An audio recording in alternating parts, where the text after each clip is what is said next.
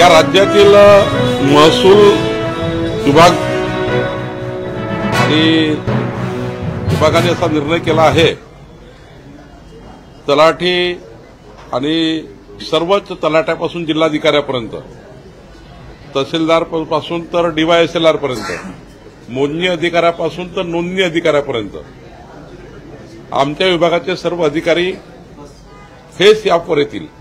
म्हणजे ज्या ठिकाणी त्यांची नोकरी आहे, एखाद्या तलाठ्याची नोकरी ज्या गावात आहे त्या गावात जाऊनच त्याला फेस ॲपवर आपली प्रेझेंटी लावावी लागेल.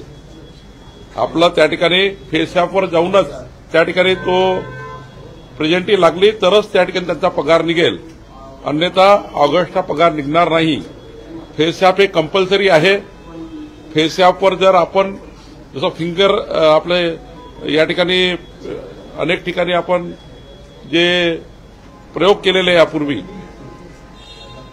त्या प्रयोगापेक्षा फेस ॲपच्या माध्यमातून आता महसुली कर्मचारी आपली त्या ठिकाणी फेस ॲप करूनच त्या ठिकाणी त्यांची प्रेझेंटी लागणार आहे. त्यांची नोकरीवर तो आहे असं सिद्ध होणार. ज्या दिवशी फेस ॲपवर त्यांनी नोंदणी केली नाही किंवा फेस ॲपवर आपलं प्रेझेंटी लावली नाही त्या दिवशी तो अब्सेंट असं समजण्यात येईल.